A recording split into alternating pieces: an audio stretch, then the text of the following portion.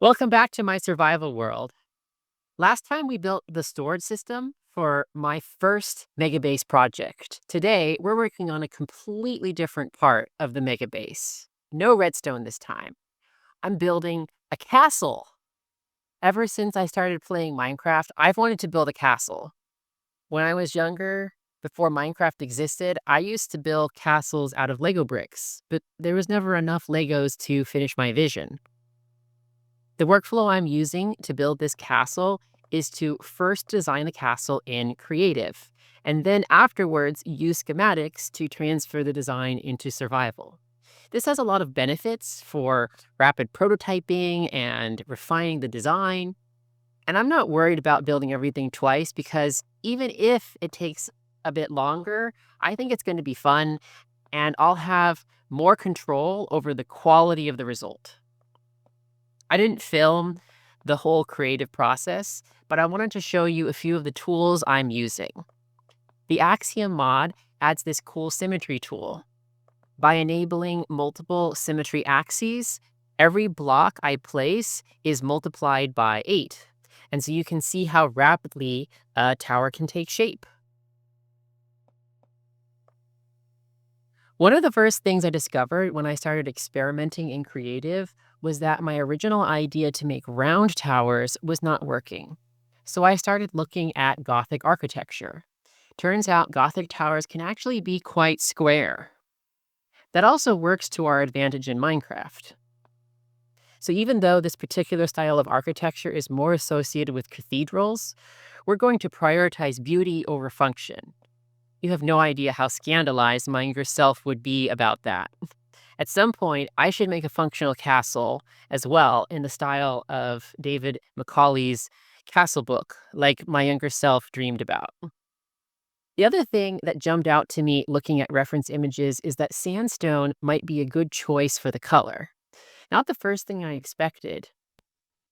I also had another reason for liking sandstone because one of my reference images is Gem's Season 8 Hermitcraft base. Check out the green roof color too in both of these images. I also got a lot of inspiration from this build by B-Dubs. I love the bridge. Looking at B-Dubs builds made me want to focus on the silhouette and having a handful of really good angles where everything is framed well. Using the stack tool, I can quickly extrude elements like this bridge for our castle. And if a tower is positioned incorrectly, I can quickly move it over a block. Axiom has been a game changer for my creative building, and the crazy thing is that the mod is only 1 year old.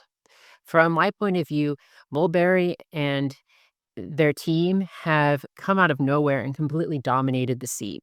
Now that we have the creative design, I can bring a schematic from creative over into survival and estimate the materials I'll need. Turns out we're going to need way more sandstone than I imagined. In fact, we're going to need at least 16,000 sandstone blocks, and we'll probably need more eventually as I build interiors and details that weren't incorporated into the creative build schematic. While we could decimate some deserts to obtain all that sandstone, a much more suitable approach will be to use my concrete factory to duplicate the sand. There is one complication though. Since 4 sand crafts down into 1 sandstone, that quadruples the number of blocks we need to obtain. We'll need at least 36 shulker boxes of sand to get started, and this concrete factory design by ENXO4 just wasn't made with that much storage in mind. While we could just expand the storage, I think I have a better solution. I know I said no redstone, but if we auto-craft the sand into sandstone before storing it, we only need a fraction of the storage space. This also means we won't have to manually craft 62,000 sand into sandstone. I'm also going to pipe the sandstone output over into a Shulkerbox loader I have left over from an obsidian farm I had to tear down to make the concrete factory. With this design, we'll be filling a shulker box with sandstone approximately every 14 minutes. Now that we've got all the sandstone, we get to make great use of the furnace array from my last video. And now, finally, enjoy the time-lapse build.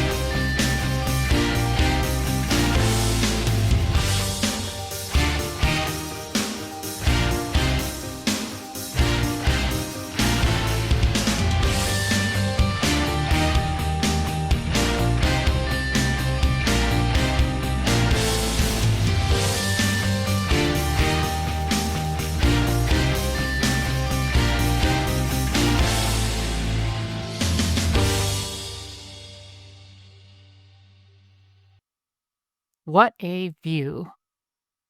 When I set out to build this castle, the image I had in my mind was this idea that there would be the water, and then there would be a tower, maybe like an overlook tower for the water, or maybe this would provide lights to help guide in ships coming in from the ocean, which is on the other side of this barrier of land. And then that tower would connect to the castle itself via a bridge. And that bridge would then provide this nice silhouette against the sky, which I'm very happy with how all of this has turned out. And then my thought was that there'd be some sort of second bridge on the other side, maybe not exactly the same. And that turned into this double drawbridge setup that we have over here. And then I also have plans in the future to add some kind of water feature, like a waterfall or something here in the middle that will then pool and then go out to the water on the other side.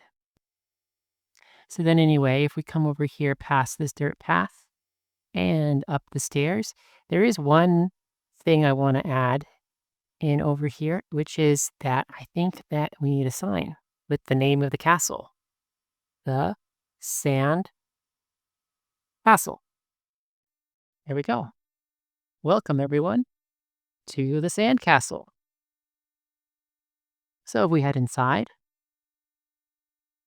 we have the stained glass design there. Got our stables, and got, like, what I'm thinking maybe will turn into a tea shop with a cozy little seating area back here, and some room for maybe access to some other secrets that I'll be able to add in the future. And in fact, secrets are something, and other rooms and details are something I want to continue incrementally working on in this place. Like maybe there'll be something hidden down there that would be cool in the future.